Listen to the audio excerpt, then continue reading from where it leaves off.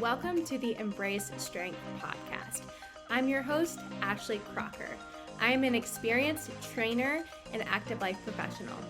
I work with people who are struggling with nagging pain to get back to the activities they love without fear of re-injury. This podcast is here to educate and provide value to you on all things health, fitness, staying active, and personal development. Let's dive in.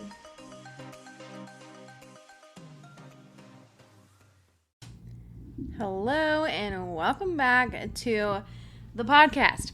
Before I get started, I want to first say that you might hear some doggy noises in the background. There are some things going on outside our apartment building that my dogs are not super fans of. So anyways, I'm doing the thing anyways. But I wanted to share with you guys something that the coaches that I mentor, something that they shared with me. I asked them, what would you do if you didn't have me to ask client questions to? And I want to share a couple of their answers because I think they're very powerful and very relatable to a lot of coaches.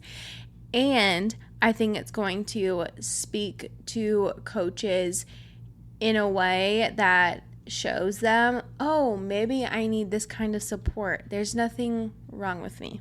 Okay, because the two things that they mentioned is a common thing. Okay, so first off, client number one, she says, I'm definitely the type of person who always second guesses themselves. School taught me there's a right answer and a wrong answer, and when I'm working with clients, that is far from the truth.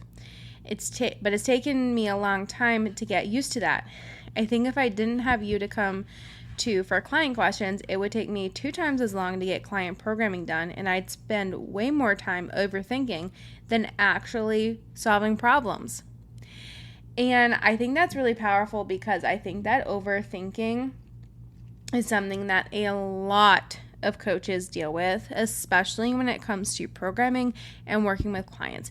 You guys waste so much time going down Google rabbit holes and then obsessing over like, oh my gosh, is this the right thing? Is this the right progression? Like, is this the right exercise? Like, what if? And like, that's why it's taking you so long to program because you are just majorly second guessing yourself. It's making you not be confident.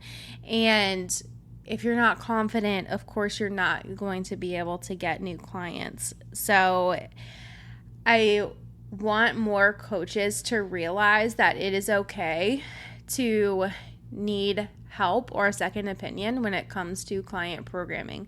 The way that you get more confident for programming for clients is through getting feedback. Out of all you guys out there who are newer coaches to doing this, and by newer, I mean in your first 3 years and you haven't worked with more than like 50 clients, I'm going to say that like the way to get better and more confident is to get feedback on what you're doing. Like, how else do you expect to get better? Like, I think back to when I first started coaching in 2013.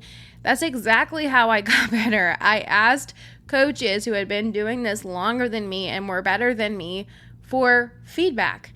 What can I do better? How would you approach this?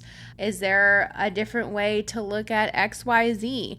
And I think that nowadays, with the online space and online coaching being so popular, there is way less of that. There is way less of coaches out there actually asking for feedback on what they're doing. You just get your certification, go start working with clients, and then just think that you're going to be good to go. Like, I'm already excellent. I'm already the best thing since sliced bread. And sorry, but that's just not true. And that's actually holding you back from growing and gaining more confidence and getting better. And I want more coaches to be more confident and like have fewer thoughts of wanting to quit, because it is exhausting to overthink and not be confident.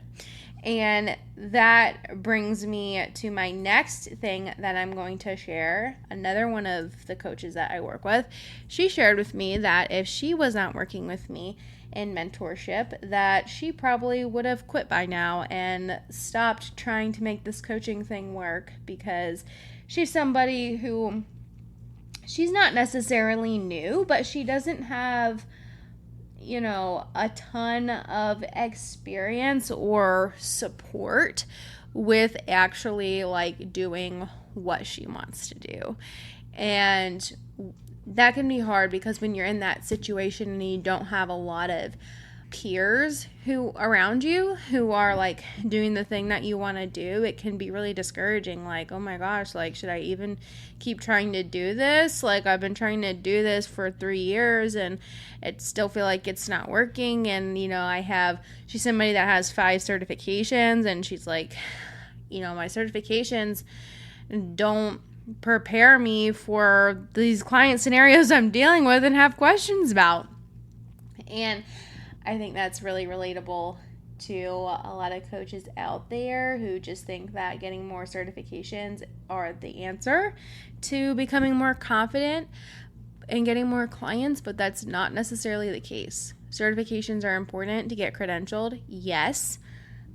And you also, at some point, you also need to push yourself to be better, swallow your pride, and ask for help.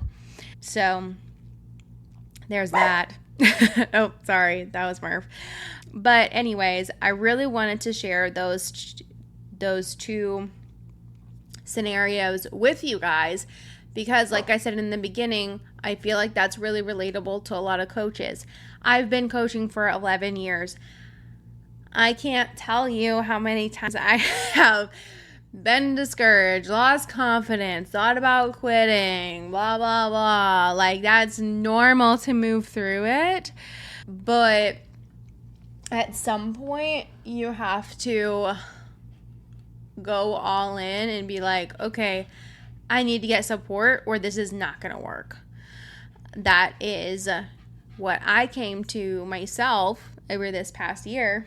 This is actually the first year that I have had support in my business, like consistently for a full year.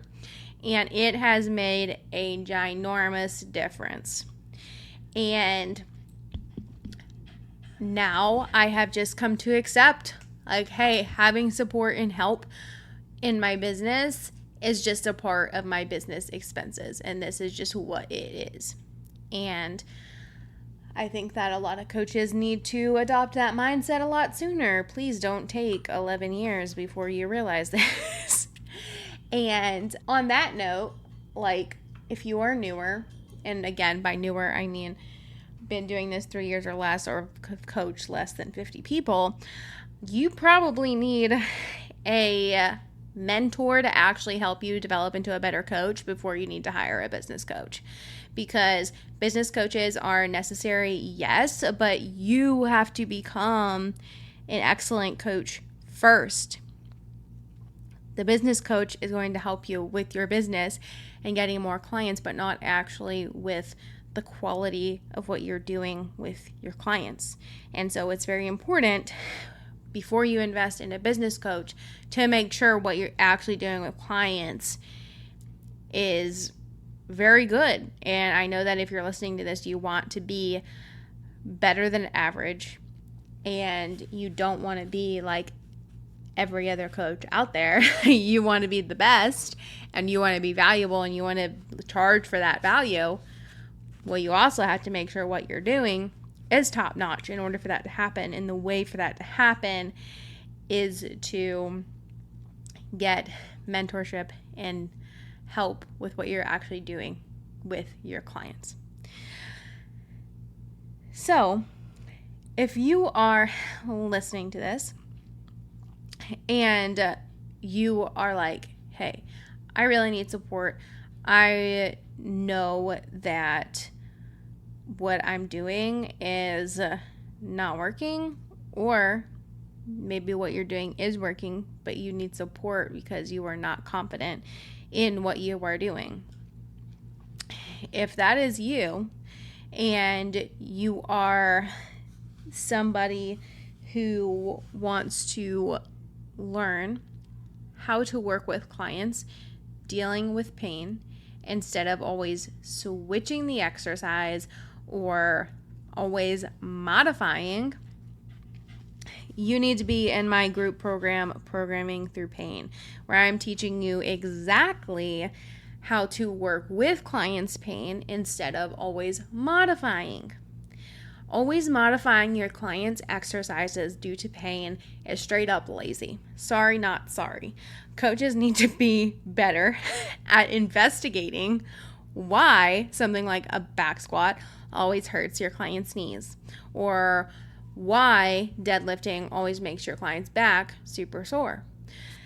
And I am teaching you how to be better in this program.